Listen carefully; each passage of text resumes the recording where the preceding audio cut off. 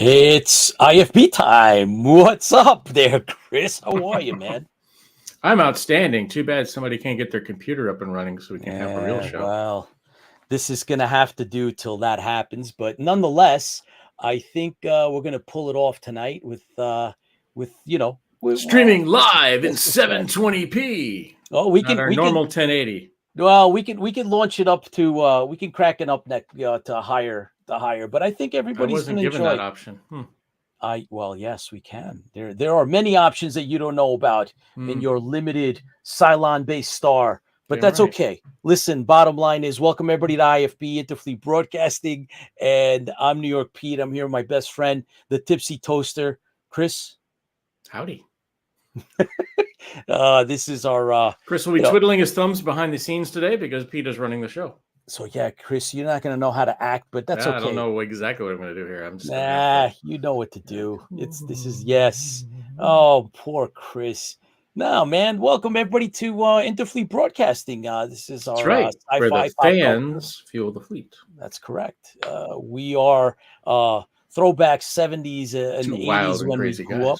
Yep, that's right. And this is our show, Interfleet Broadcasting. So for the regulars that are on, thank you for joining us, guys. We are, as you pop on, you know what to do. Just give us a heads up. Bert is with us. Fran is with us. Hey, guys, welcome to the show. We have John One is going to be with us. We're bringing on one of our first guests that came on in season 1, which is almost 4 years ago. Award-winning sci-fi author and a music composer, Dorian Keys, who's working with us on all different projects. We're really happy to have him. But before we do any of that stuff, Chris, I think it's time that we should actually do maybe our toast. Yep, I'm just trying to get into the chat. It won't let me in. It won't let you in. Well, nope. No, it won't let me in. Won't let you in. There we go. Now you're in. I had to create an account and sign in. Yeah, I know how I love that. Gee, wow, man. You're challenged tonight, but you'll be all right. I'm sure we'll make it. I will. What are you drinking? Well, I have a Budweiser, man. So in the spirit of plain old Budweiser that Pete has been doing, yes, I have got the Interfleet Broadcasting beer. Oh man, I thought you were gonna have a no-name beer. Ready? Wait! I have to pull it out. I'm not done yet. Okay, I'm not done yet. So ready? Yeah.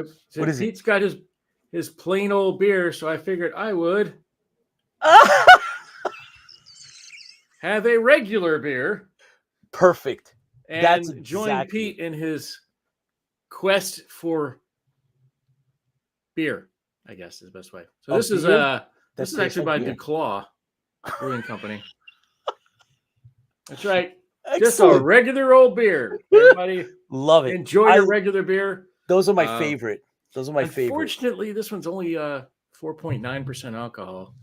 You know what that means, Chris? You can drink 2. 2?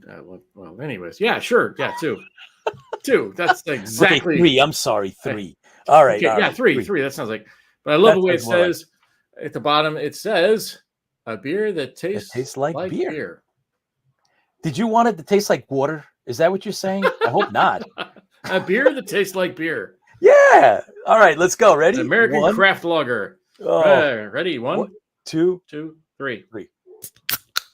All right. It even sounds like a regular Sounds beer. Like beer. Oh, yeah. Well, I'm drinking out of my Apollo Battlestar Galactica.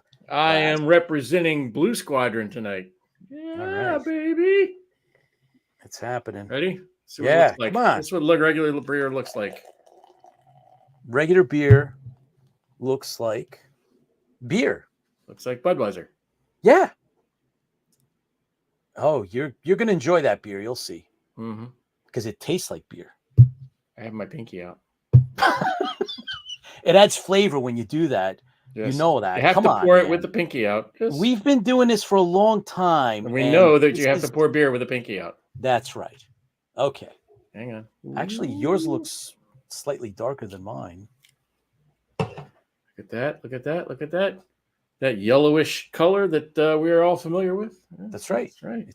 It's great beer. And you can see me through it. Ooh, look at that. Oh, boy. Cylons. You got jokes tonight. It's Ceylon beer. No, it's not dark enough to be the Ceylon oil. Not my normal porter or stout that I like so much. But what the hell? It'll do. Come on, man. Regular beer. Regular beer. Why not? Here's to everybody. Come on, let's go, man. Let's get this game. Oh, you in a hurry? Yeah, I want to hear. John's got some cool stuff, and we got Dorian waiting. I want to get. I got nothing else to do. I just sit behind the scenes now, so I can sit and talk for hours. Yeah. Dorian's ready too, man. Come on. All right. So, anyways, thank you for joining us. We always like to reach out to say thank you to the fans. Thank you for the people who create the universes, and of course, this is all possible because fans fuel the fleet. That's it. Bottoms up. All right. So that's a regular beer. That's definitely a regular beer. Wow. I would not be shocked if that was just Budweiser poured into a can. There's other beers out there, Chris, like Michelob and Blue Ribbon, and there's some other good stuff. Mad Dog 2020 sounds better. Okay. Hey, that's fine, man. If alcohol is a crutch, Mad Dog is a wheelchair. Oh boy, Lola, thanks for joining us. It's always Meisterbrow. Yeah. Chris Laskowski, he's with us. I need hams. I need Rainier. I need Olympia. Yeah. What the heck Schlitz? was the one? Was it Schlitz. Now you're talking. Which one was the one with the it was a Lowenbrow, right? That had the foil top to it. Was it Lowenbrow? Michelob Light. Lowenbrow. Oh, good stuff, man. Love it. Love it. What was the Coors banquet of beers or beers for the banquet or banquet or the banquet Peels. of beers? Oh, that's another good one. Peels, yep. Oh my God, that's awesome. Peels. Spell that.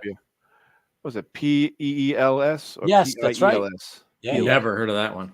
Oh yeah, Mediocre Modeler. Thank you for joining, Paul. You're with us here. Oh, Colt 45. That's right. There we go. Now you're talking. Well, guys, John, you got some stuff for us. Yes. And I am anxious to hear some of this stuff. Maybe we can, talk a little bit about some of the news that you got for us. Yep. Go. All right. In my opinion, there's never enough King Kong and Godzilla. By the way, congratulations to Godzilla -1. Excellent movie. And Oscar for Godzilla. So, Banzai Godzilla. That's right. Yeah. Well, Godzilla vs. Kong and the New Empire will be out in theaters March 29th. Godzilla and Kong team up to fight two bad monsters, and I guess all the monsters get together. But, I'm really not too keen on seeing Godzilla run, but hey, whatever. I'll be taking my kids to it. Nice to get away for a while. So cool. I guess the big monster fights them, or a big Kong-like creature, and they get together and they team up and fight them. So, typical monster movie. Nothing wrong with that. Love Godzilla. Yeah.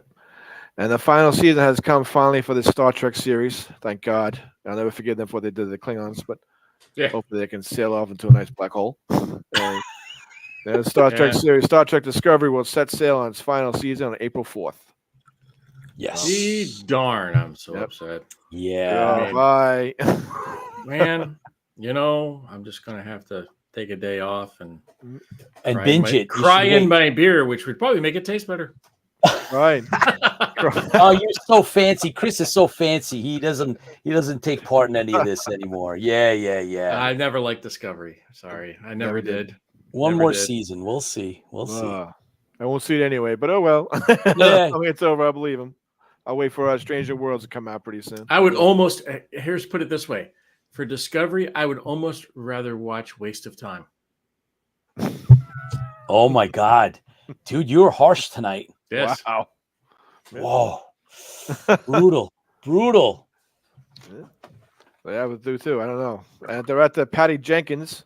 Let slipped on a recent interview. Her Star Wars project, Rogue Squadron, is still in the works.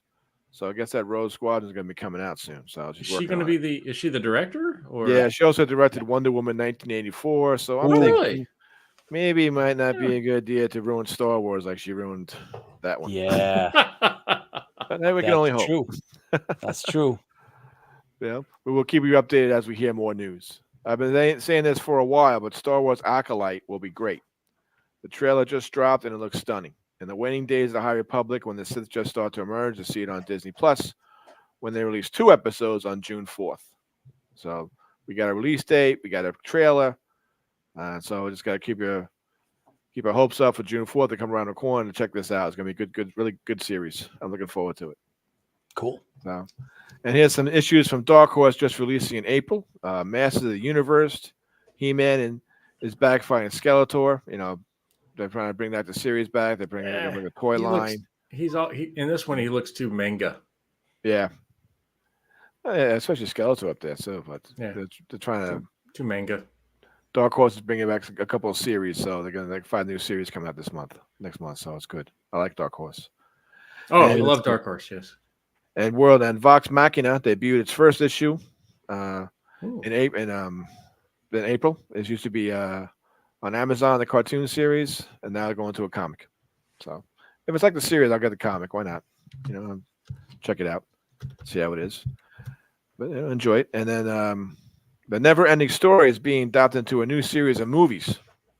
They're probably going to make a Harry Potter out of it, or something. Why not? But whatever. If it's going to be good, hopefully I'll watch it and see how it is. But I wasn't too keen on the Never Ending Story. I never like the Rock Monster or the Atreyu. It kind of freaked me out. But whatever. All right, we ought to reach out and talk to Noah and see what he thinks. Is he involved in this project at all? I wonder. That'd be cool. No, I sent some messages on Facebook, so left some messages. He hasn't come back to me yet. But I'm still working on it. Yeah, that'd be cool. Because if he is, what the heck?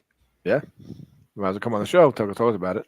Yeah, he says when I met him at WinterCon, he said that his part in the movie is a favorite, a fan favorite, and he always brings stills of him in that character, Atreyu.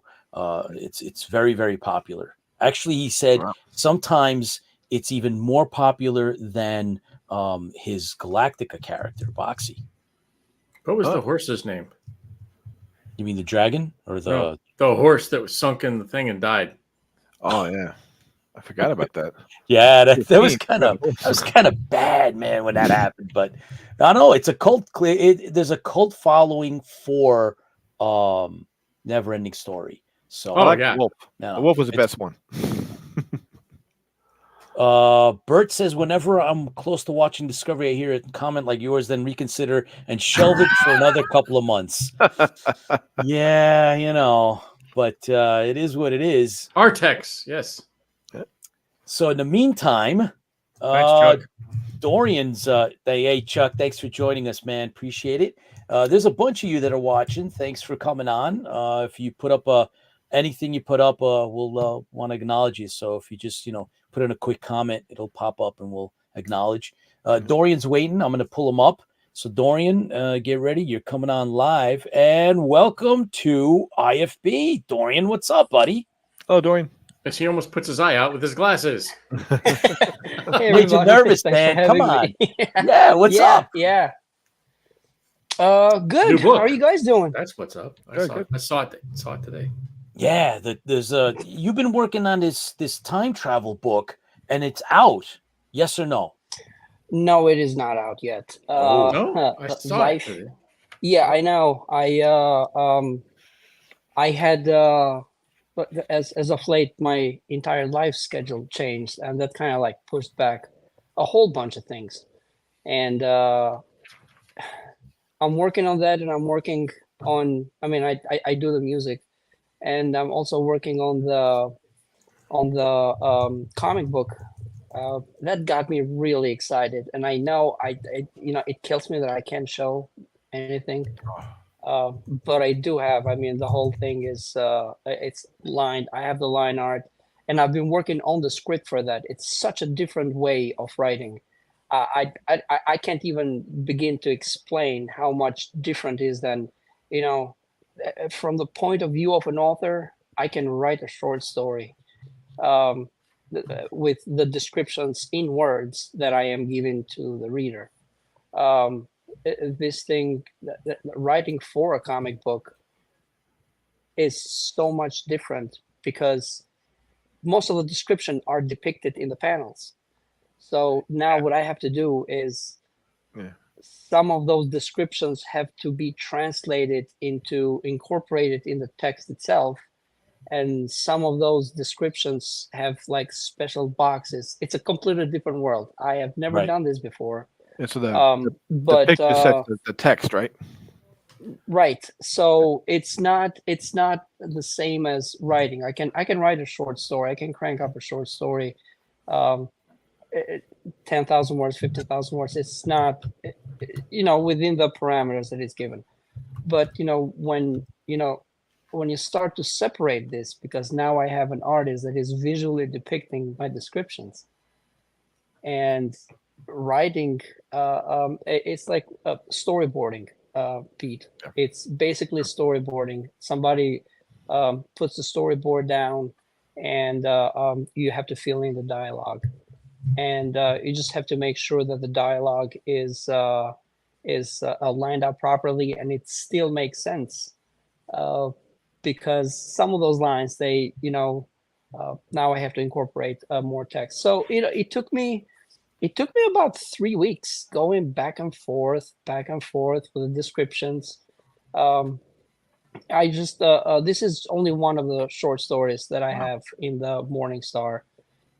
I spoke with the artist, who's a friend, is a neighbor, a good friend of mine, and I described all the 12 stories that are in the Morning Star, and we went down the process of elimination. Okay, these stories will not translate well right now, and we kind of narrowed down. Ironically enough, before I say that, personally, as a science fiction author, I know that there is a very clear separation in between science fiction and fantasy. I know most of the time they are bundled in. They're called sci-fi. Science fiction is not fantasy, and we all. Amen. Amen. You guys were talking about the never-ending story. That's a fantasy story. That's fantasy. Yes. Right. That's a completely different affair from. I totally agree. A science fiction story like Battlestar Galactica. Now, Battlestar Galactica does have elements because it's a show. It's not just a movie. If it was a movie, then it would be different. Star Trek, the movies, right? Into Darkness, right? That's a science fiction movie. It's got mumbo jumbo talking about space, time, jumping, and all of that, right? Meanwhile, in these fantasy stories are completely different. I am not as good as I want to be writing fantasy. This story just came to me as it was. And I have another story in this book, which is a short story, which is a horror story. I am not a horror writer. The story came to me, and I just rolled with it, and I continued it. I would write, military stories or all day long. I love the fast-paced, moving along. Somehow, both books, all 3 books that I have, don't have any of that, and I'm really itching to write something that is fast-paced. Wow. So Dorian, the idea here is that the graphic, is it a graphic novel or not a graphic book? So as of right now, it's about 32 pages. Okay. Back and forth, right? And so it's not the whole. I mean, this is not a bedtime story, which is a story in the Morning Star. It's a short story. It's about 12,000 words, maybe 15 tops. It's not a long story. It's just basically what I had in there is the inception of the story. I mean, the story is not a secret because it's in a published book. If anyone wants to read it, the book is available. It's on Amazon. You can go buy the book. But the story is pretty basic in my eyes. You have the forces of darkness, and you have the forces of the kingdom of light. and now you have the bad guy whose name is Amin coming. He was defeated once, right? He was defeated once, and now suddenly he's making a resurgence. And the way that he does things is he enslaves the souls, and the more he enslaves, the bigger his army grows. So things escalate pretty quickly as the meme goes. By nightfall, things have escalated so much. So remember I said that, when I have it on a short story form, I can have a line here and there to like fill the story. Well, when it's put in a graphic form, now I have the panel. I can't cheat by going back and forth the way I edit, right? The panel is set. So in the previous battle, the king rescues Meg. I forget their names. I wrote them. I forget them. I'm horrible with names too. So half the time I read a book, if I have to read a fantasy book, I will never remember the names. Yeah, they're not crazy names. So recently I started reading Dune, and Dune has some crazy names. Oh yeah. Oh yeah. And another thing about Dune, it's not science fiction. I'm sorry. Nope. It's more fantasy with one spaceship. That's about it. I'm sorry. That's that force field. It's just magic. It's So really, we're not really going into the technology of it. Anyway. So Dorian, I don't know if I'm upsetting no, somebody. Look, bottom line is this is. Think about it, you're right. Yeah, no, but there's been a debate, and it's actually the line, separating all of these genres has become thicker as we move forward in time. Back in the 70s and 80s and possibly before that, but definitely 70s and 80s was when it was sci-fi fantasy, right? That was kind of like they got that's how bundled everything together. was. Yeah. When you went to the bookstore, there wasn't a science fiction spot and a fantasy spot. Nope. It was sci-fi fantasy, which ticked me the hell off. Yes. Every time I went to it still does to me. Yeah. They're not the same. I think they're not the same. 2001, the movie was a sure sci-fi movie, so that was pretty much that was sci-fi. Yeah. You would go into the sci-fi section and looking for science fiction, and you would find The Hobbit. Yes, right, this is true. Right. I mean, by the way, Dorian, you said it. You said, I hope I'm not ticking anybody off, but Baz says, don't make me come over there because he's a big Dune fan. So look, I am great. not saying great. I'm not saying the movie's bad. I'm not saying the movie's bad. The movie is good on its own. On its own. Dune is as science fiction as Star Wars is science fiction. Star Wars is wizards in space with a couple of lasers. Now, do you guys remember what happened? Do you guys remember what happened with the last Star Wars when they started mentioning about running out of fuel, that everybody started jumping out of their seats? When are we talking about fuel in Star Wars, right? Wasn't that one of the biggest arguments, at least on the sci-fi spectrum of this argument? Never seen that in any of the Star Wars movie. Never worried about fuel. Right. So now you're getting into the technicalities, into the science fiction, which I was like, yeah, okay, great. Now we're going somewhere. And some people started to get upset. Why are we getting into this? We never worried about this storylines and so on and so forth. So it's interconnected. Again, I don't want to piss off anybody. These are listen, you're in it, man. You're in it. You gotta own it because no. Look, I own it. As I said, the book, The Morning Star, that I wrote, there's 12 stories in there, 13 with the overarching story. The overarching story is a story of an astronaut who is stuck on a spaceship, and I go in detail in describing what happened. The cockpit got hit, they got separated. She's using her life support. She's stranded in there for a number of days. The co-pilot, there's a cover. I love the cover. The co-pilot, the man in there, he during the journey he has written a book with short stories that is stuck in one of the nets of the cockpit. He proceeds to read the book as he goes into the cockpit and rescues her. Now, as I go into great detail what this ship is, that is my science fiction coming out. I'm describing how the ship got in, how they got hit, what is the frame of the ship made of. The ship is carrying 8,000 embryos because they are going to colonize the planet. So they have a complete section for the embryos. They have the hangar bay, and they have all of this technology that they have in there. Meanwhile, as she's reading the stories, some of the stories are not science fiction. As I said, one of the story that is being made into a comic book. It's fantasy with magicians and magical teddy bears. Well, it's not a teddy bear. I call it a stuffed bear, but I'm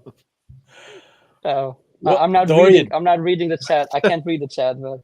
Let me tell you, Baz says, wait until you read the first 6 books before you call it fantasy. There's no magic, just development of the full potential of the species.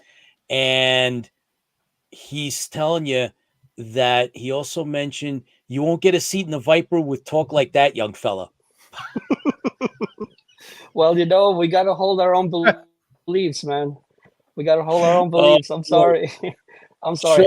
Sean, I'm reading. I was reading the first 20 pages. That's where I stopped with Dune. Oh no! Because the movie didn't really connect as well, and I thought maybe there's a mistranslation in between the book. I think and you're the movie. right. I think I really enjoyed the audiobook much more than the movie. The book is much different. The book starts with a test, which in the movie it's pushed back. In favor of developing. I understand that. I get it. In favor of you got to develop the world and tell me a little bit about what's going on. Lola says, Dorian, I'm rereading again. Twice is better. So that's her recommendation. So you got to get finished. Which first one? Dune. Oh. Well, right. I know some these books can't be just read just once. But I wish I wouldn't have seen the movie. Oh, really? I would have read the book first. Because now my brain is trying to put the pieces of the puzzle where they belong, and they don't. They're not the same, right? Because Lola, stand corrected. Lola says she read your book twice. Read your book twice. She says it's better the second time. Which one? Lola? Your book. Which one, Morning Lola? Star. Let us know. The Morning Star. Morning Star. Yeah. The Morning Star. The Morning Star. Yes. So, I'm actually looking up ships get refueled. I've never seen a sci-fi movie. Right. That's I mean, that's a thing that in Star Trek was harped on and off. Even in Battlestar Galactica, in the series that I got introduced with, the 2007. Baz, I love you.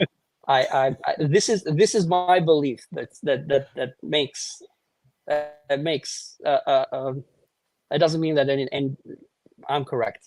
It's just we're all different. Star Trek had the warp core. It was going to blow up. They got rid of the warp core. And dilithium crystals. Right. Even right. All of that. Yes. Even in Battlestar Galactica, I remember because I rewatched the new series. I like the new series. I'm sorry. But I rewatched the new series, and within the first 2 episodes, they have, well, first of all, the Cylons come in and they blow the hell out of everything. The second one, they go inside this nebula, inside the Ragnarok, right? And then, when they launch the Raptors, they get shrapnel, and, they show how they seal the holes. That's science fiction. Most of these books that are, and these shows that are made, most of these shows that are made like that, they have a great storyline. Don't get me wrong. You must have a great storyline that doesn't need the sci-fi of the works, right? As long as you're giving a good story, right. That goes I can coast for everything. I can coast on the good storyline, and you know what? Everything else is, it's auxiliary. I will watch a fantasy.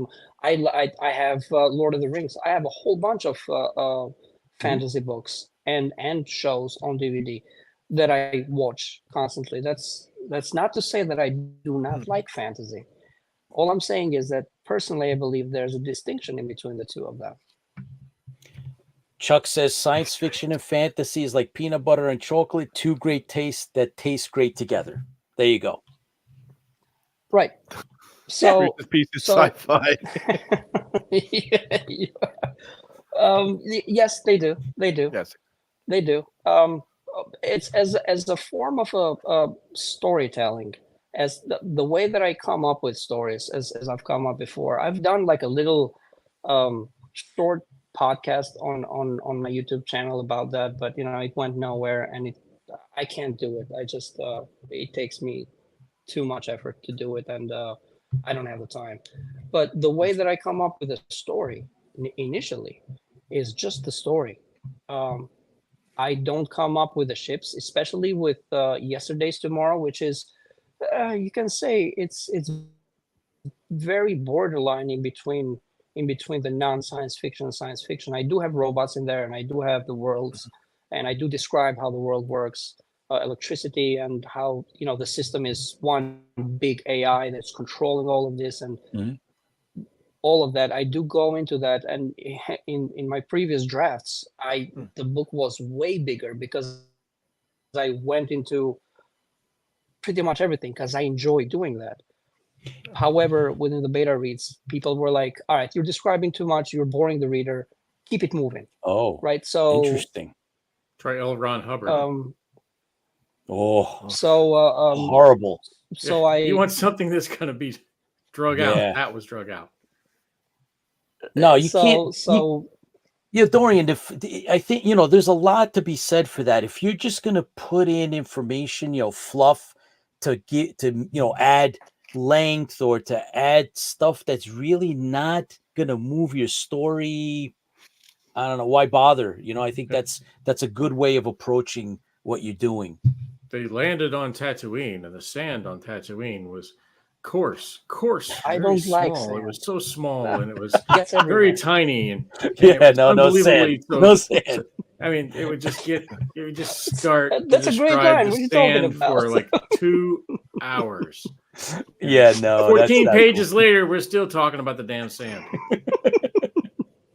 Oh boy! So not the ship cool. wouldn't sink into the sand. Yep. Yeah. Dorian, I got to see a little bit of. You shared a couple of images of your graphic work, and it's been going on for a while. Yes. And it's tremendous, man.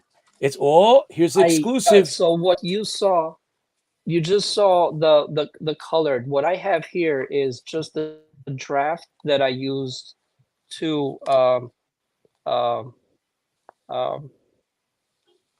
I have the laptop next to me, and I have the pages next to me, and I have the script that I stripped down of the descriptions because they are on the pages.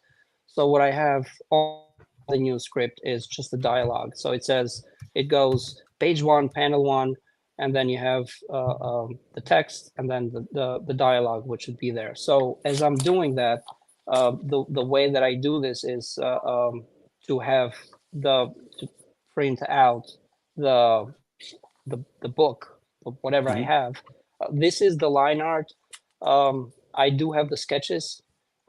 Initially, when I release the campaign, I will start with the sketches. But this, I'll show you a page. Hello, Captain Martin. Mr. George Zuvalos joined us. Thank you very much for stopping in. Always love when we get a chance to have George with us. Baz says Sandworm beats Sarlacc. So I don't know. He's Jay Park said sand is very chafing. So there you go. So this is. Oh boy.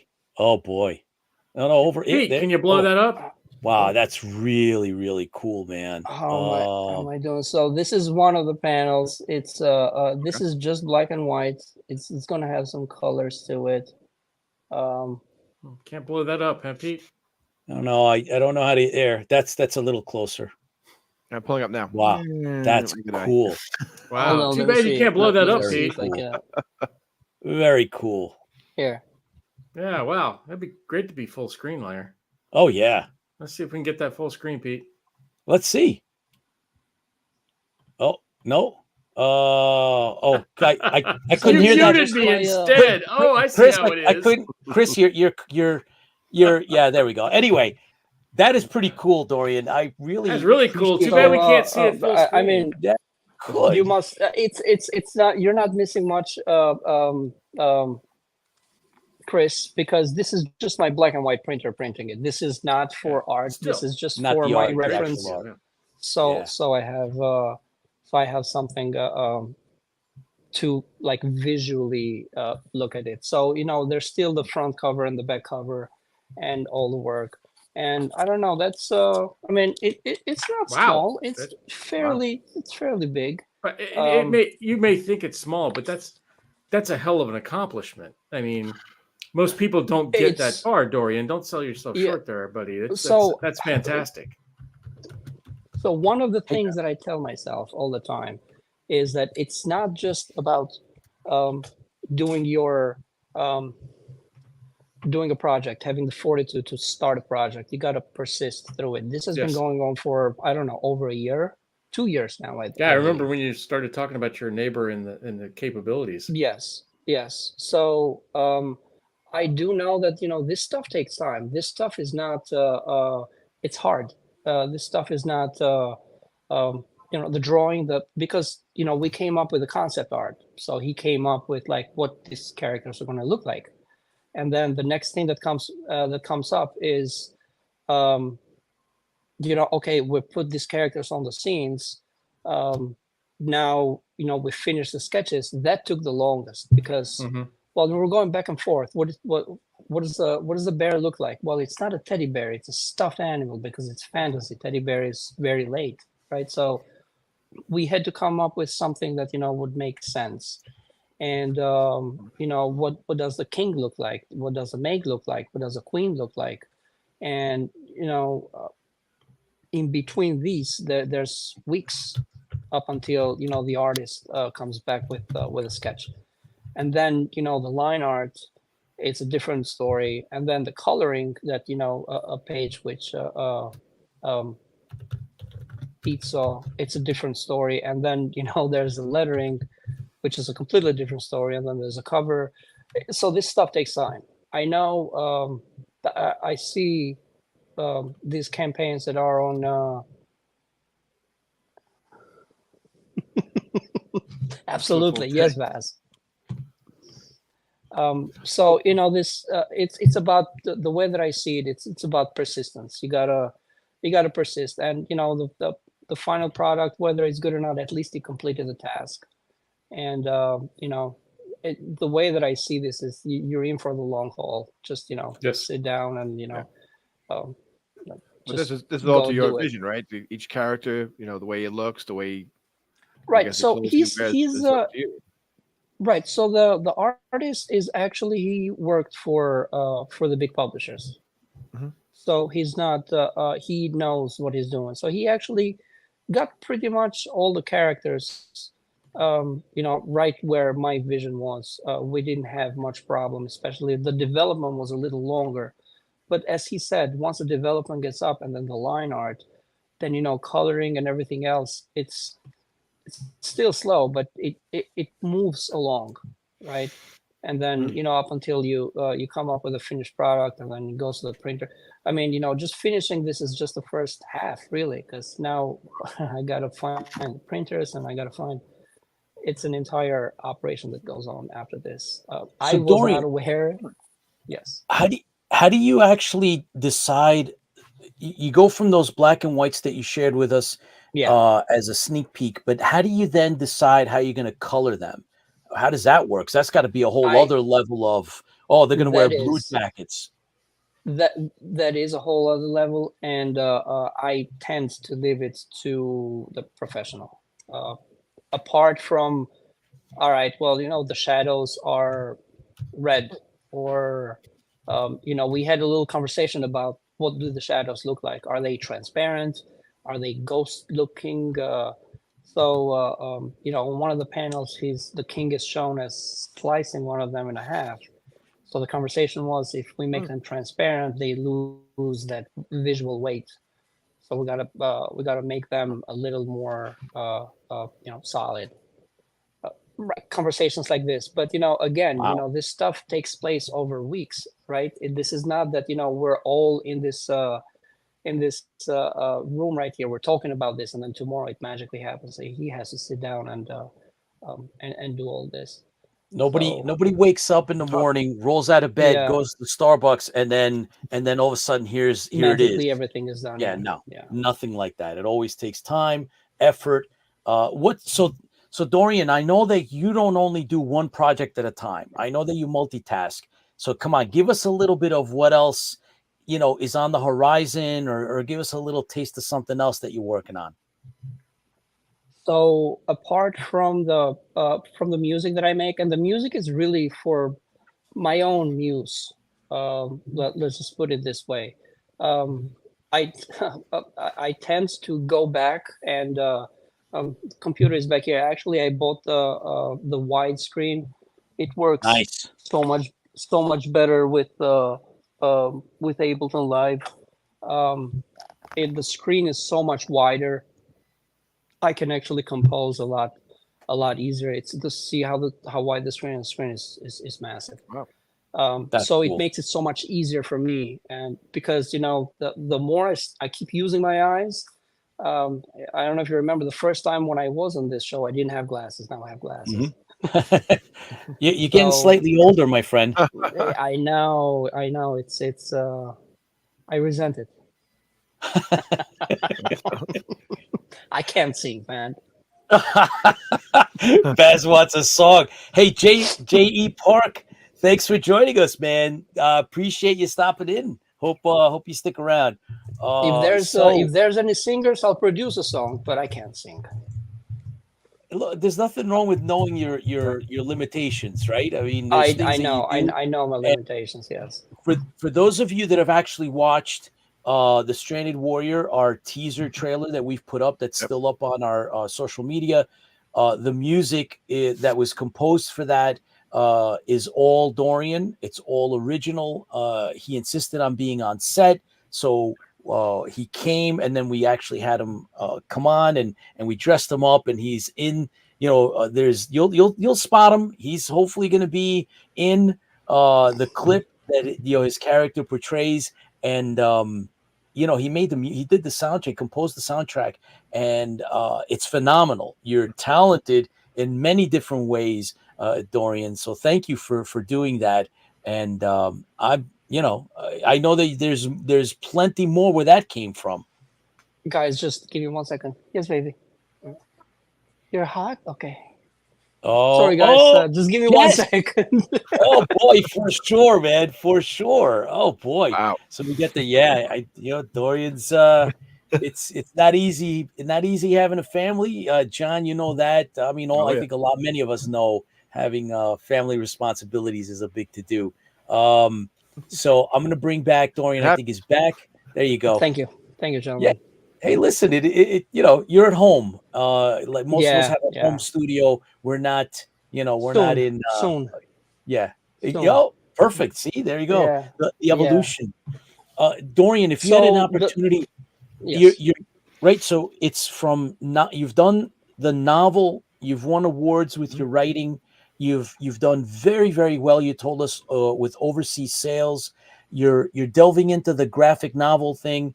If you had the opportunity, right? You were given the opportunity. Somebody reached out to you and says, listen, Dorian, your intellectual property in this story, we want to make it into, what would it be? Would you say, oh my God, a great TV or great movie? What would you think of that?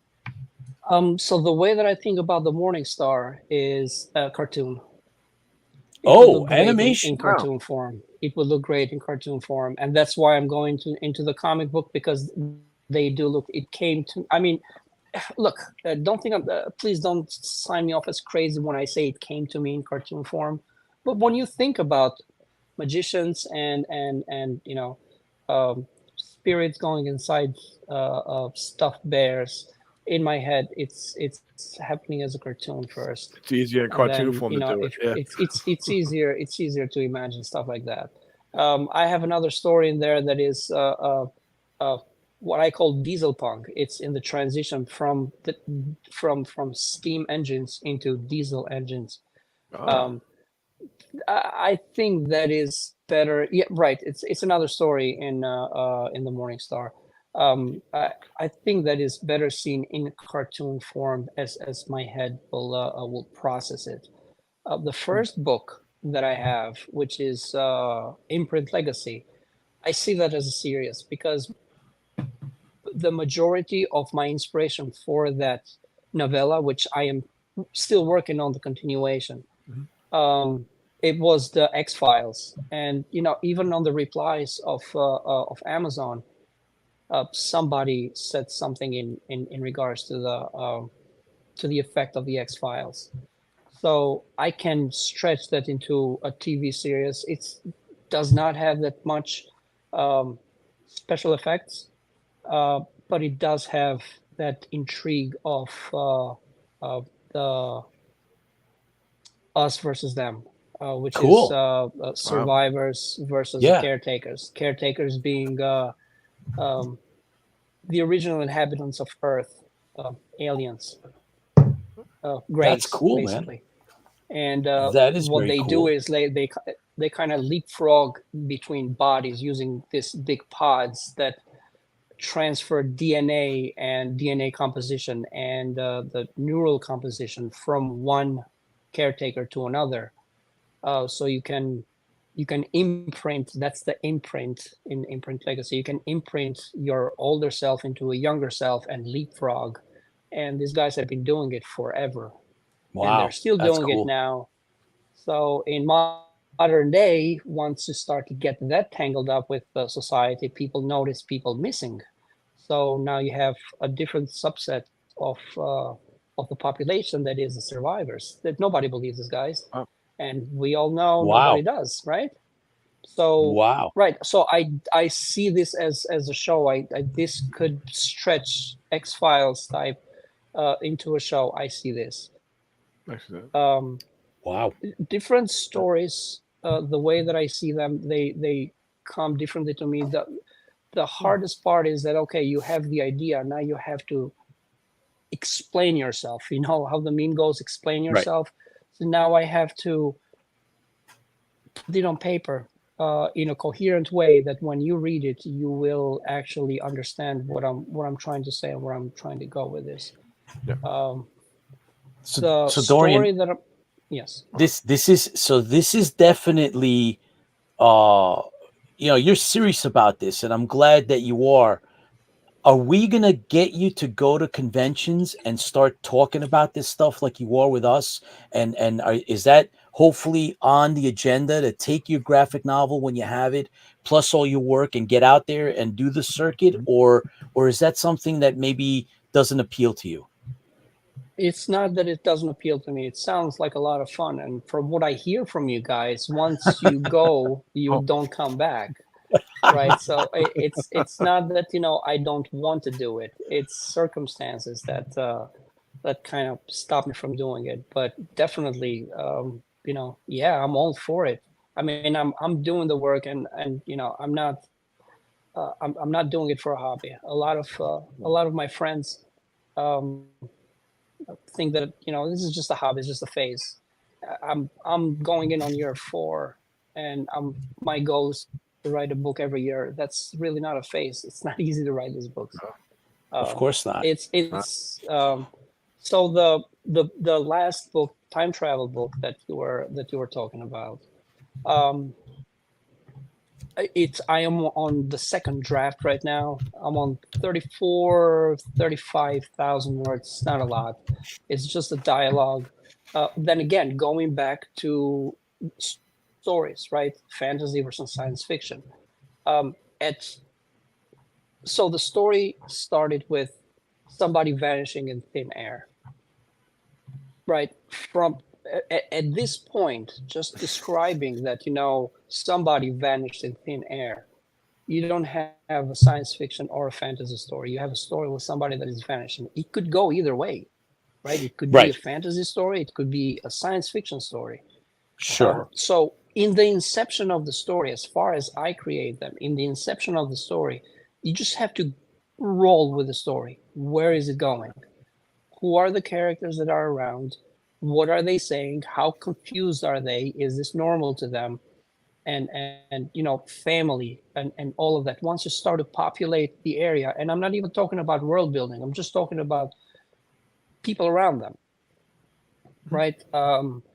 In this story, a young girl disappears, and as I continued the story, well, her mother seems to be working for a certain department in the defense department, and the father also works. They're both physicists. So at this junction, you have a clear separation in between science fiction and fantasy. Right. Okay. Well, see, that's where my personal split is.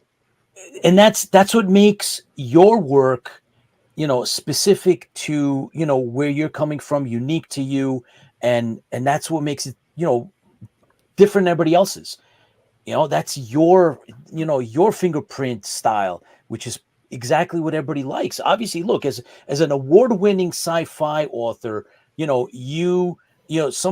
authors, find a way to transition into other genres. Some are, set in what they know how to do. They do it really, really well, like you've been doing.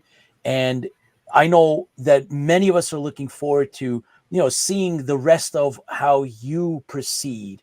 And I know that I think that since you're on the East Coast, I think that John and I need to kidnap you for one of the smaller conventions and bring you out there so you can get a feel for, what it's like for some of these authors to come out and do the panels and do the stuff. And I think you'll be pleasantly surprised. And I know that you have fans all over anyway, so I think you'll see. You probably will enjoy very much. It's as I said, I don't have a problem with the truth is out there. 100%. 100%. Oh boy! I mean, look. Somebody said that they want to remake the X-Files. Please don't. X-Files was, as somebody described it, lightning in a bottle. Yeah. It was a product of its time. It does not carry the same weight now. Correct. You have to move it forward. If you want to continue with Star Wars, you have to move it forward. You can't just find another Mulder and Scully and start chasing Little Green Man. I think we're a little past that. Well, if you want to evolve. I don't know, dude. This is what's been said. This is what may or may not happen. Just like everything else, they something that's successful once has the potential of being successful a second time. So why not try it again? Who knows? Sure. Right. Is it sci-fi or fantasy? Right. X-Files? Oh, it's got Grace in there. Yes, it's sci-fi. It's got Grace, it's got disappearing people, experiments with people. They're not refueling. They're not refueling. They have they do have, well, see, okay, that's a great point. It depends on the point of view of the story. Yes. So again, I'm setting up a trap for myself because if we're talking about the other movies, the point of view is not technology; it's the story. Mm-hmm. On the X-Files, you do have a lot of fantasy because there's I believe there's one episode that they're hunting this guy in the sewers. Mm-hmm. He's like a big worm in the mouth, right? Yeah. Remember that? Oh yeah, that was a bizarre episode that if you think about anybody doing a movie like that, the first thought that comes, that's an X-Files episode, right? Just like we say, oh, is this Twilight Zone or what, right? When something bizarre really happens and you're like, is this Twilight Zone? Is this an X-Files episode? So it's got its own flavor. But so I have one section, I have the X-Files, but I have somebody made a collection of just the Greys. And if you look at those episodes back to back, there's a coherent story in there that, you know, they go in the Greys with a black oil through the eyes. Yeah. There's another species of the Greys that, you know, that they light them on fire with those sticks. And this is a drawn out drama. This show, that's why I'm saying this show was a product of the times. And Dorian, did you ever watch Fringe? I did watch Fringe, yeah. Fringe was good. And what'd you think of that? Fringe is a good show. Fringe is a good show, yeah. Fringe is a good show. Chris, is that something you got into or not? Fringe was good. Is that so? I'm trying to remember the one where Fringe is with this scientist and he's washed up and he does all sorts of drugs. It's kind of grimy that way, but you know he comes around. It's the one where he's unconventional. Yeah, it's the one with the cow. But what's the one where I thought it was more X-File-ish was the one with oh my god, they had a it wasn't the cow, so that was Fringe. It was more of that's gonna bug me all night now. Oh, you got to look it up, man. You got to look it up. With, you know, they actually time traveled or something kind of deal where they were Continuum.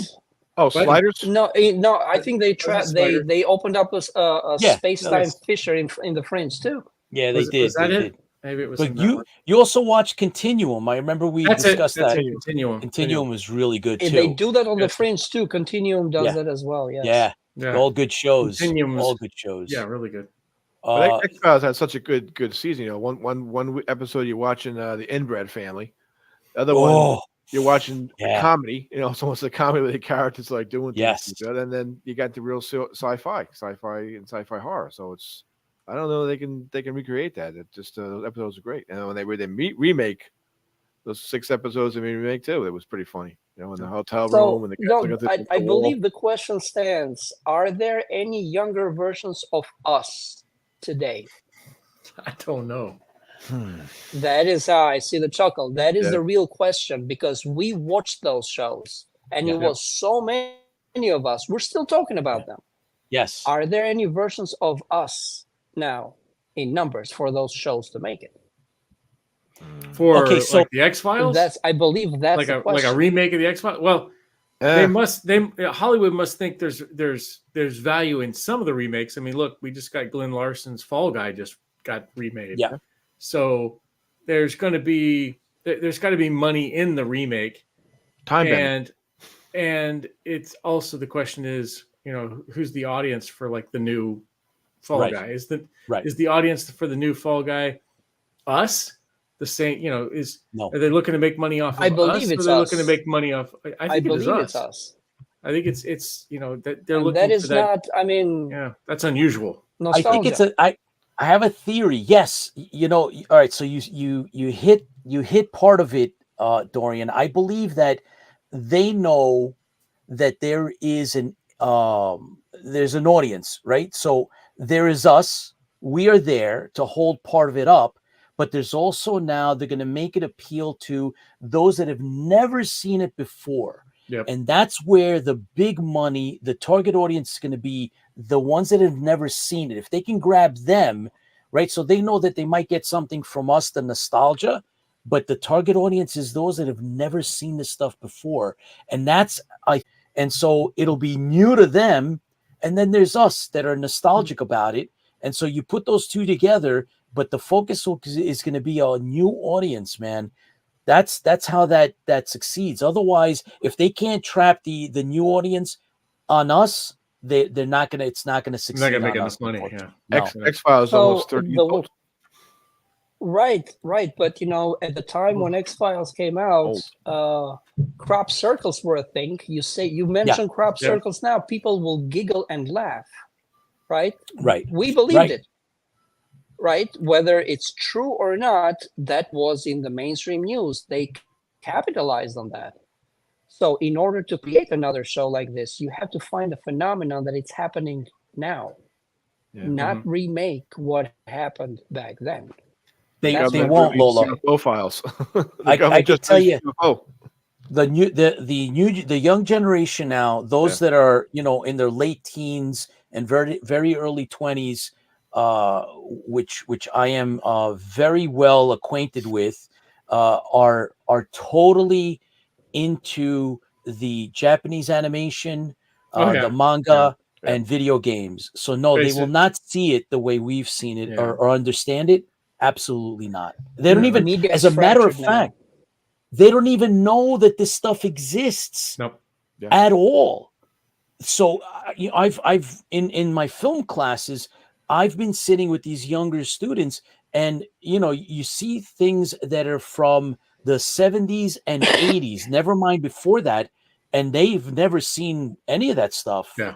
As popular as some of these movies are and classics, and then when they see something like it, they think that, oh no, that I've seen that before. I saw in a movie that just came out a year ago, 2 years ago. No, buddy, you're watching the original. This movie from, say, the 70s and or the 80s. This is what created what you know. Right. They don't. There's no historical background for them. They just not at all.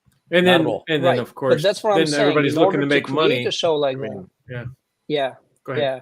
In order to create something like that, you have to latch onto something, a phenomenon that's happening now, and carry the ball forward with that. If you that will make it go to look back, they don't see it. I don't believe it's going to work that way. I don't know, man. I mean, at least that's what I believe. That's what I believe. Yeah. Well, I can tell you, I just recently went to a con, and I love going to different cons, and this was a really good con. But we're talking about the younger generation of the older generation, and we're talking about the people who you talked to. I haven't had a chance to put it up yet, but I had an interview with one of the directors of another con, and I was talking to him, and he's like, my target audience is 25 years old and under. This is because I said, look, it would be great to have a con with Battlestar Galactica people or something, some retro pieces, and he's like, I can't make any money with that. I says, everybody knows all the new stuff now is the the Sailor Moon, the anime, everything else. And when you go to cons now, me being one of them, what was the age group in the cons? Yeah, exactly. The age group of the con was all younger people, and all of the costumes of the costume contest were all. This was a Zudicon as played in whatever. And I'm like, I've never heard of it. Who the heck is that? Never heard of this. I mean, and I can understand that their idea is to make money at the cons, or to bring in more people. The more people you bring in, the more money you make. Sure. And unfortunately, like you're saying, the remakes of these X-Files or remakes or whatever else, probably just going to be a one-hit wonder, if anything. Right. Yeah. And it's probably not going to take off. And it's going to, they're looking to, make the money off of an older generation and maybe introduce the younger generation into it. But in all actuality, the only ones that have gone full spectrum have been Star Wars, Star Trek. Those have gone full spectrum from old to new, but they're also filling the age gap with they're bringing in new blood for those things. For instance, Star Trek Prodigy, the cartoons, Lower Decks. Those things are pulling the younger generation back into that genre, but they're inventing newer stuff. We're looking at X-Files. And X-Files has not had anything new in years. X-Files ended. Yeah, and X-Files ended. So it's going to be real hard to make money off of that. And they're not going to bring it in. Look, that's the same trouble we're having with Battlestar Galactica. 2 comments, 2 great comments. I put the first one up from Mediocre Modeler. We had reruns and scheduled TV to give us our, sci-fi history or what, whatever the shows may be. The internet has changed the game. They watch what they want instead of what is presented. And so there's a lot to unpack with that. Yeah. However, the model that we now know that we live in is definitely going to change. So the industry on the East Coast at a time at one of the peaks where there was over 150 pilots being filmed at any given time has gone down to 2. So What? Yes. Really? Oh yeah. What? So yeah, the strike is pretty Right, but much doesn't it obliterated do you a think it's lot of what's do going you on. think it's only because of the strike, Pete? Yeah. I mean, Yeah, if the the demand strike- was there, they would be picking it up right away. Yeah, well, the hope Yes. was during the strike that Yeah. more independent people would be. Well, without money, the producing. independents are crushed, right? Correct. Because Exactly. You see, in so the we new, answered. You you're answered back it, to square Dorian. one. Yeah, back to square one. So if they're not investing any money because the model is starting to change and they're going back to, using ads in streaming, right? It's no longer that what it morphed into, and now the strike has pushed it into, back to the ads. It's going to take maybe another year before things start to pick up again, and now to pick it all up. Where did all those actors go? Where did the writers go? Where did all the directors go? Where all these people have gone? Right. And did this? And I guess the other thing you wanted to say is, did the story age out? Oh, Stargate! Look at what happened to Stargate. Yep. All Did the story fans are age there. out. Hey, the fans were there. Everything was good. Maybe And the then, writer's boom, strike hit, and done. then it's like, okay, well, now that 6, 12 a year has gone past, Yeah. the fuel for that fire is dead, and now you're dead. stuck. Yep. And now it's like, okay, well, we're not going to make any money off that. We don't really see a return on investment.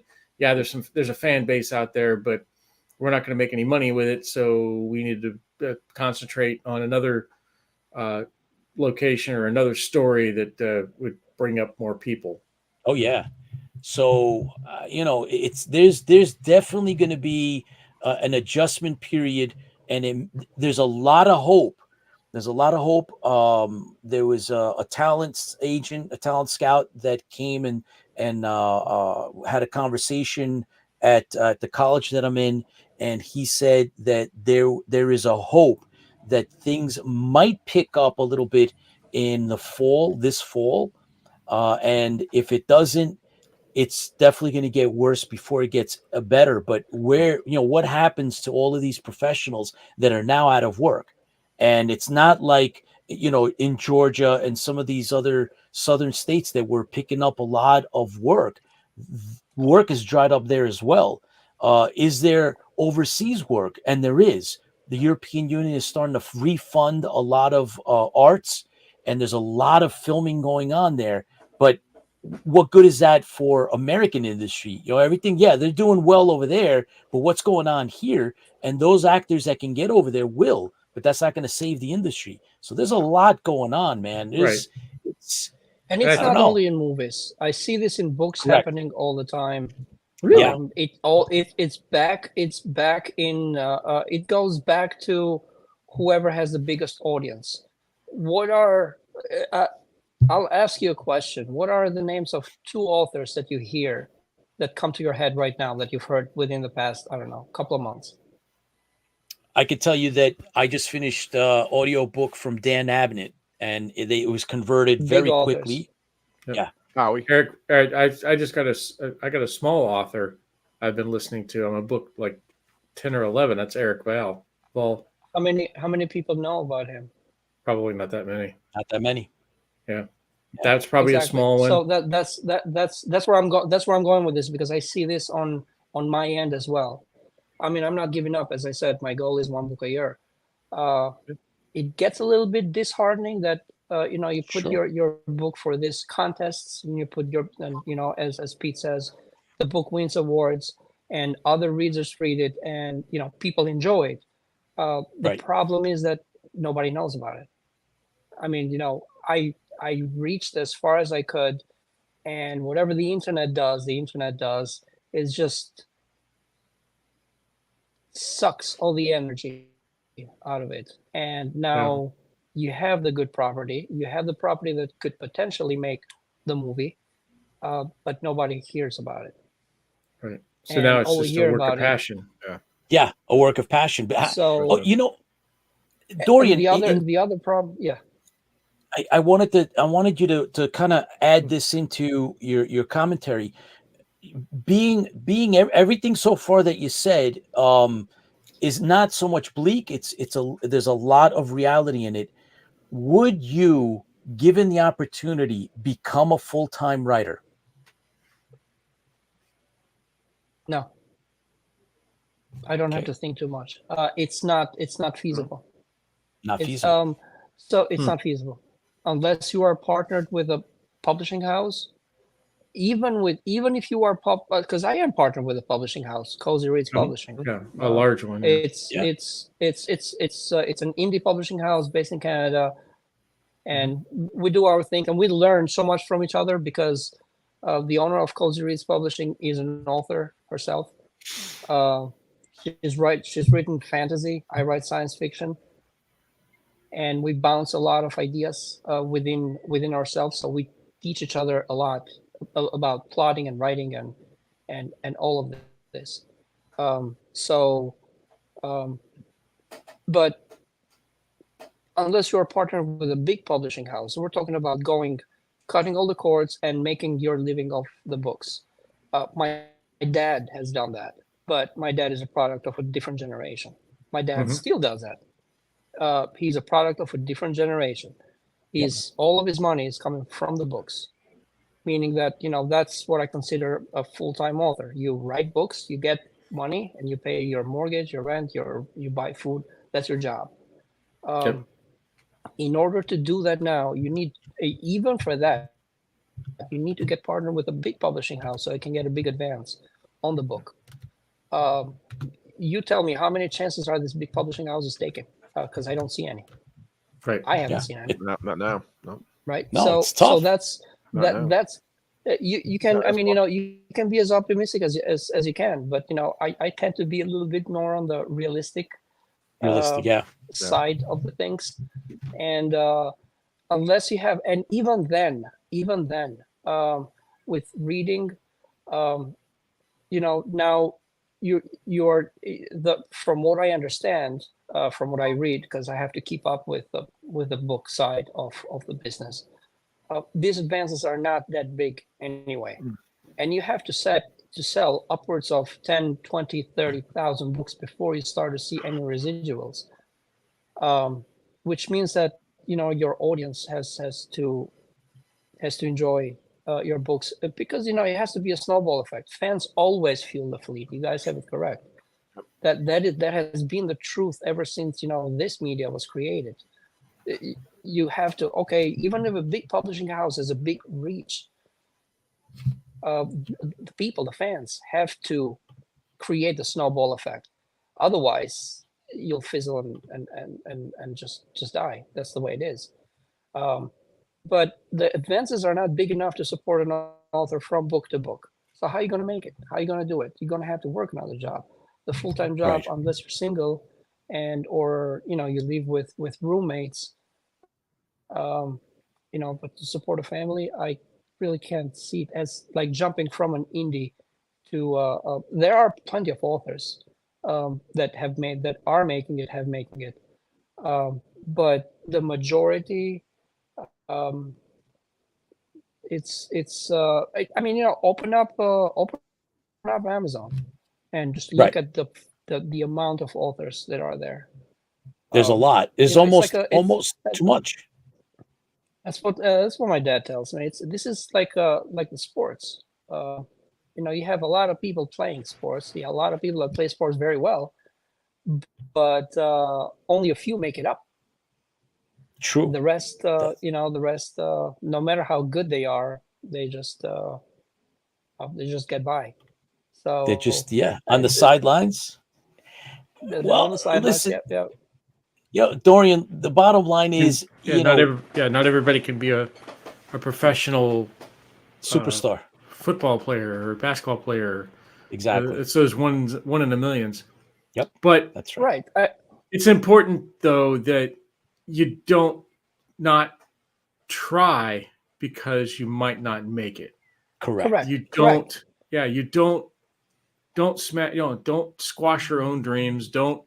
If you want to be a writer, if you've got a story that you want to put on paper, you should look at it as, even if one person reads it or 10 people read it or whatever else. I like to say that it lives on. You're not creating something. You're creating something for a passion, but you're not creating it just because you want to make money most of the time. Most of these people don't realize that you have to have a passion for that. You have to have a large imagination. You have to have the ability to put something down on paper. But you have to practice that. It's not something that's going to come naturally for a lot of people.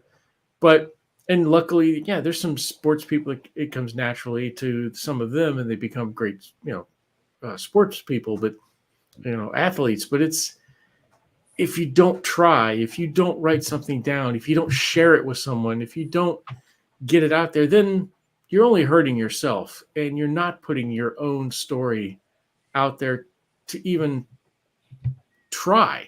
You've got to get it. You've got to get it in the hands of other people. You have to put it down. You have to create new avenues. You've created so many of the different avenues for music, and and I love the music stuff. I love the stuff that you do with music. I love your story.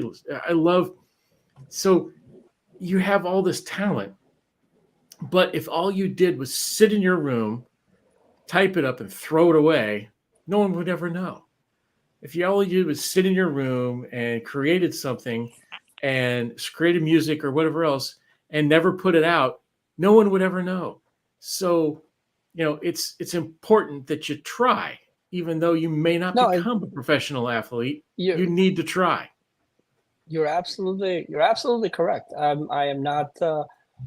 I wouldn't doing disparage great. or discourage anybody from doing this. Yeah. No, I'm not discouraging anybody to any of the listeners. There's any listeners that they want to go into an artistic field. All I'm saying is right now, as an author, it just does not pay.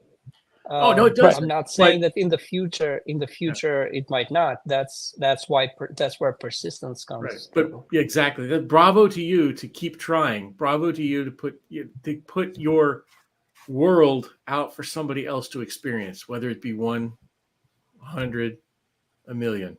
It's something you've done fantastic. Right. In music, in writing, and and now in a graphic novel. And we're looking forward to it. We are in your corner, and Dorian, that you come on IFB. You're coming to your second home. You were one of our very first guests. Our very came first. on. Yeah.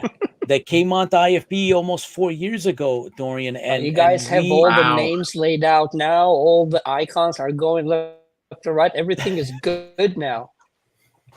And we love having you on. You're part of the family. It takes a village. You know that we support you. We want you to succeed, Dorian. We want you to succeed because you're one of us. You come from the trenches, and you've been part of IFB, and I hopefully are a part of your work as well in one way or another.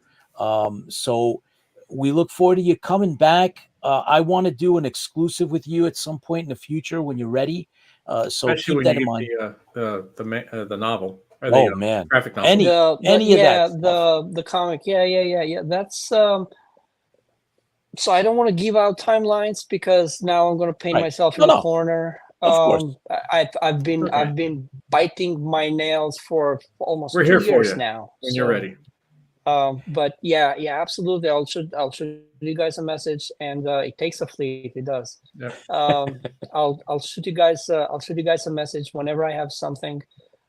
Again, with my with time travel novel, I'm only in the second draft. Now I got into okay, so a person vanishes.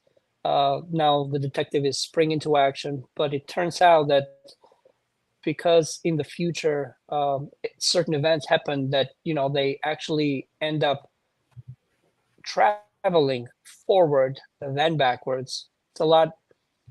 It got complicated very quickly. This snowballed very quickly.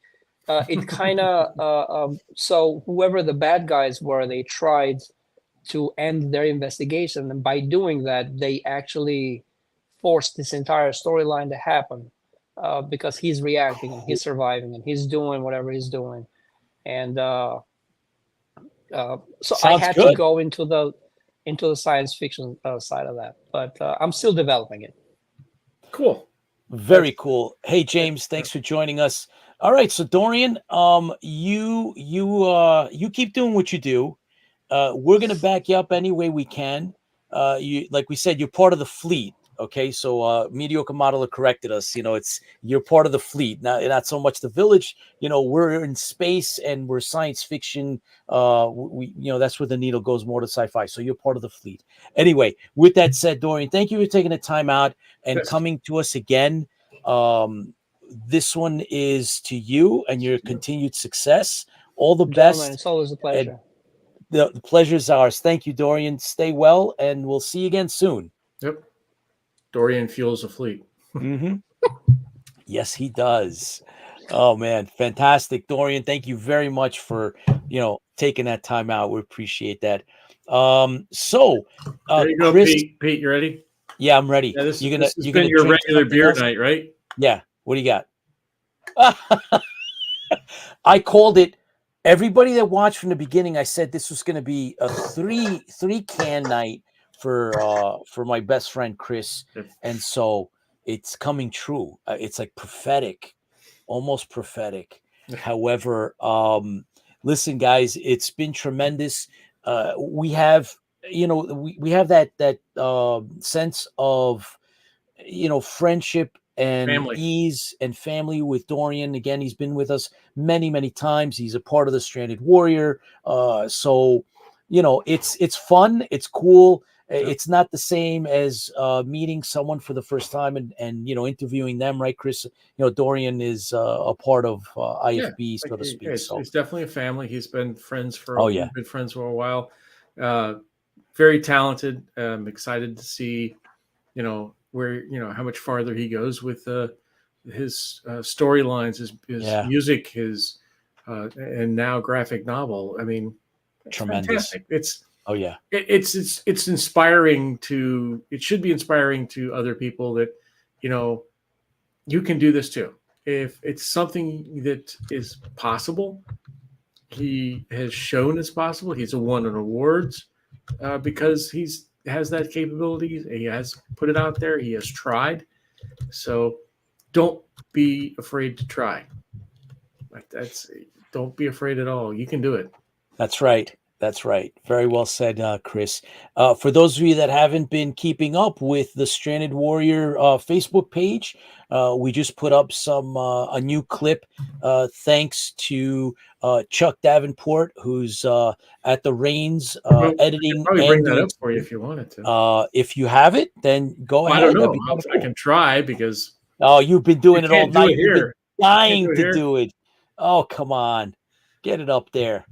All right. You ready? Hang on. All right. I'm gonna just there. Go for it, Chris. You got it, or do you want us? Fix me a second. Okay. All right. So in the meantime, as you do that, I'll keep you up. It's okay. People like to see you. You're doing well. You're all dapper. It's 2 hours. There it is. You got it. I don't know if you'll be able to get the audio on it, but I can. Oh, I don't know about that, but okay. Because you don't have that capability, but let's see. Give me 1 second. All right. Search and full screen, and there we go. that the one you're talking about? Yep, that's it. From raw all the way up in the left-hand corner, you see how that raw footage comes out of the camera once it's recorded, and then Chuck does his magic, and then you follow it from left to right, and again on the bottom left to right, and you see the final product is looking really, really good. That was something that Chuck's been working on really, really hard in terms of, just freeze frame working. You can see back the steel bulkhead now. It's pretty cool. It is cool. Very cool. So, that's funny. Yeah, very cool. And yeah, there you go. That's right. But it's the color corrections that Chuck has done. He's done very well with that. I mean, cool. That's a very big challenge with the green screen splash that you have. But, it's nice definition, beautiful definition on the hair.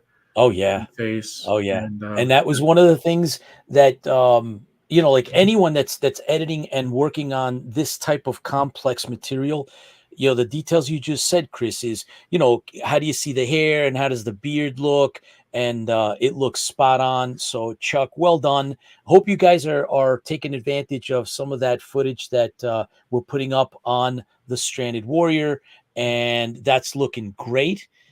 So keep with it. We have a timeline that we're trying to work within. There's festivals that we've targeted, so that's happening as well in terms of film festivals for the Stranded Warrior. There are many that we will be qualifying for, so we're looking forward to getting into those this year.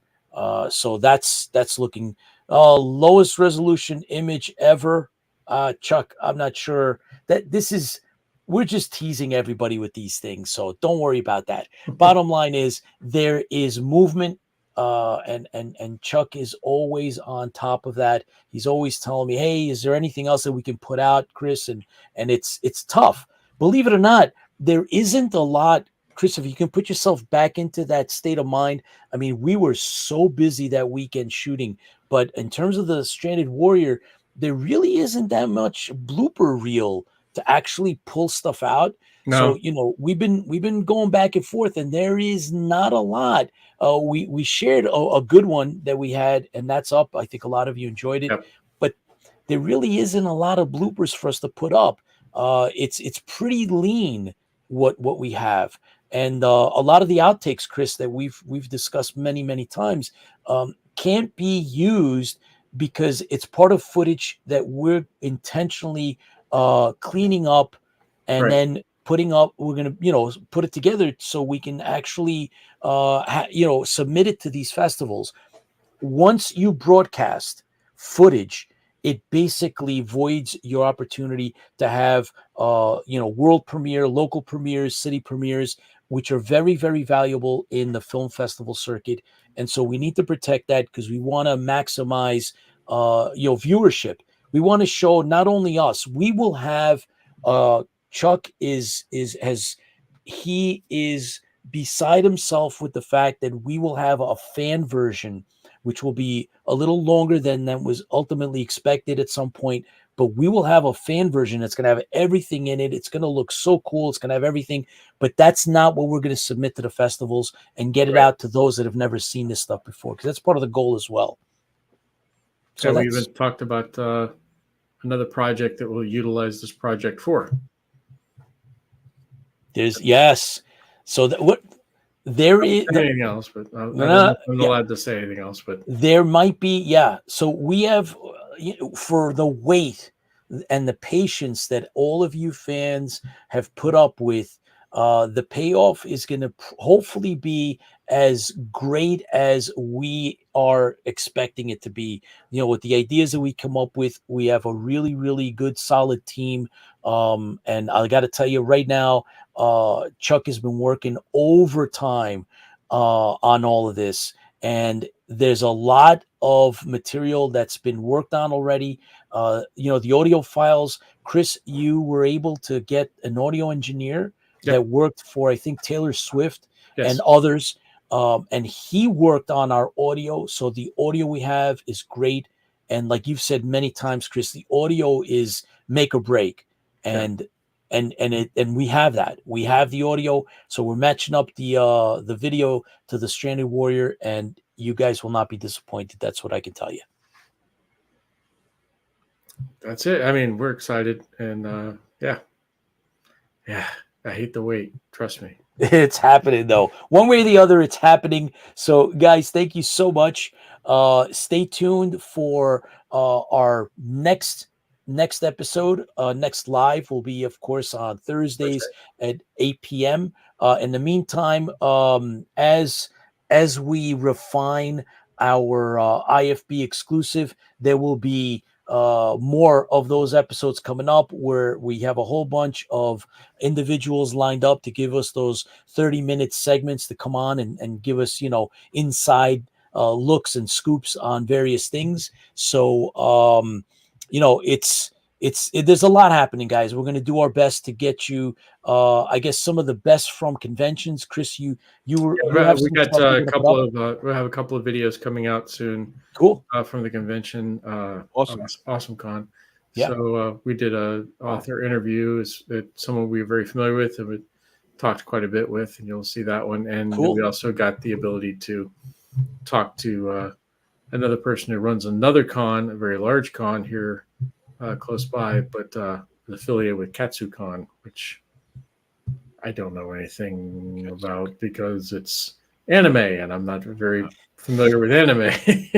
So it just is what it is, Chris, right? I mean, there's limits to our I guess that would be the next question. Is anime science fiction as well, or is it fantasy, or could it be both, or it depends on yeah, another debate. Yep. Or manga. Or is that manga? Or manga, yeah, right, exactly. But all right, guys. Well, I think it was really a lot of fun talking with Dorian and catching up with him. John, I really enjoy your exclusive coverage of things that are to come or out there. That's always fun too. Chris, hey, hopefully Pete gets his computer fixed so we can get off this crappy platform and get 1080p pushed out. Yes, of course. Chris is dying to get his PC back in play, back together. It's not my PC. That's the problem. It got hit with lightning or whatever it is. Your PC is the problem because everybody else works but you. This is what happens when colonials are in charge, Chris. They deny everything. It's just It's Mount Hecla all over again. You know what? A faulty human design thing blows up, and they're like, "Oh yeah, we sabotaged it. Yeah, we did that for you." Love the conclusion. The argument is not sound. The premises behind it are not good, but that's okay, Chris. We'll let that slide, and we're looking forward to the next show and our next guest. John, I know you have somebody lined up for us going into weeks and weeks into the future. Next week is Chris McCauley, I think. Chris McCauley is coming next week. Fantastic. He's got he's in San Francisco. I'm still working on Cassiopeia. Yes, we are with her Lorette McCook. Spang. Spang and her son, and the book on schizophrenia with her son, and possibly her daughter will be out at the same time too. So all three of them come on and talk about living with someone with schizophrenia and living with a mom that's famous and everything else. So so that's based on the book that was released, doing very well. We have a commitment. Lorette gave us just waiting on a date. She will be joining us, so that's really, really cool. So you heard it. Here's we're giving you guys the scoop. So she will be on the show. John, keep up the good work, and Chris, all good things, man. All good things. Yep, Pete will hopefully get his computer fixed soon. And you too, man. I'm looking forward to seeing your machine up and running as well. So, guys, with that said, here's to the fleet. Fans fuel the fleet, and till next time. Yep. You guys keep doing what you do. Fans for the fleet. Fans for the fleet, guys.